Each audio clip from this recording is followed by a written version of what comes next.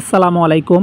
অনেক দিন অপেক্ষার পর বাংলাদেশ বর্ডার গার্ড, যেটাকে সংক্ষেপে বিজিবি নামে আপনারা চিনেন, তো বিজিবিতে ১০৪তম ব্যাচের জন্য নতুন নিয়োগ বিজ্ঞপ্তি প্রকাশ পেয়েছে, যেখানে আপনারা বাংলাদেশের ৬৪ জেলা থেকেই, আমি আবারও বলছি, বাংলাদেশের প্রত্যেকটা জেলা থেকে নারী ও পুরুষ আবেদন করতে পারবেন।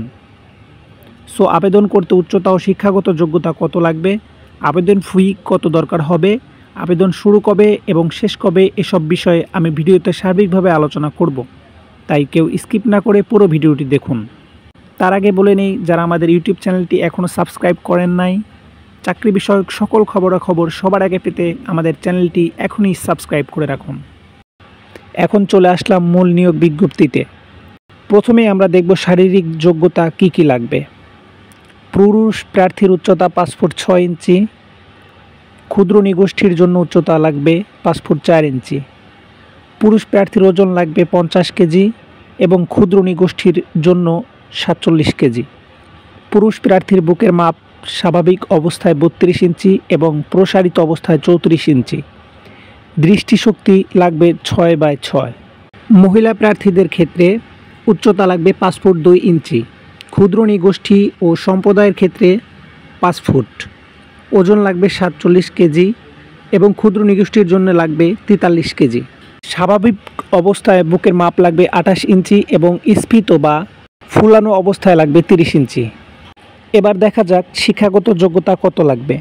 শিক্ষাগত যোগ্যতার ক্ষেত্রে এসএসসি বা সমমান পরীক্ষায় জিপিএ সর্বনিম্ন 3 পয়েন্ট এবং এইচএসসিতে কমপক্ষে 2.50 পেয়ে উত্তীর্ণ হতে হবে। জাতীয় বেতন স্কেল গ্রেড 2015 অনুযায়ী 9,000 থেকে 21,800 টাকা ও অন্যান্য সুবিধাদি প্রাপ্য হবেন। বয়স 3 অগাস্ট 2025-এর মধ্যে 16 হতে 23 বছর হতে হবে। জন্ম তারিখ 4 অগাস্ট 2002 হতে 3 অগাস্ট 2007-এর মধ্যে হতে হবে।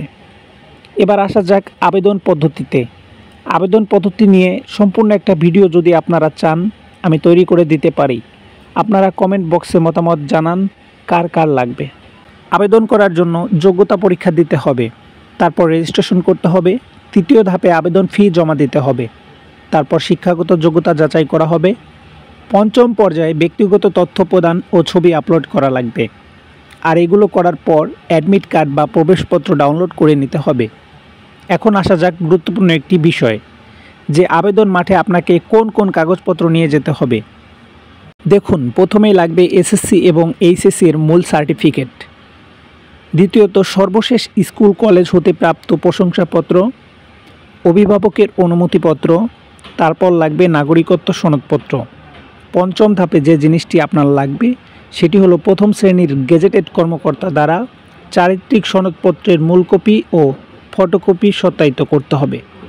তারপর লাগবে সদ্য তোলা নীল ব্যাকগ্রাউন্ডের 11 কপি ছবি, অবশ্যই 1 কপি সত্যায়িত করা লাগবে। অবিবাহিত সনদপত্র অবশ্যই নিয়ে যেতে হবে। এনআইডি এর মূল কপি ও সত্যায়িত ফটোকপি লাগবে। আর এখানে অন্যান্য কিছু তথ্যাদি দেওয়া আছে, আপনারা একটু দেখে নেবেন। আমি ডেসক্রিপশন বক্সে সার্কুলারের লিঙ্ক দিয়ে দিব, আপনারা চেক করে নেবেন। এরপরও কোনো সমস্যা থাকলে আপনারা আমাকে কমেন্ট বক্সে জানাবেন, আমি আমার যথাযথ মতামত দেওয়ার চেষ্টা করব। ধন্যবাদ, বেস্ট অফ লাক, আসসালামু আলাইকুম।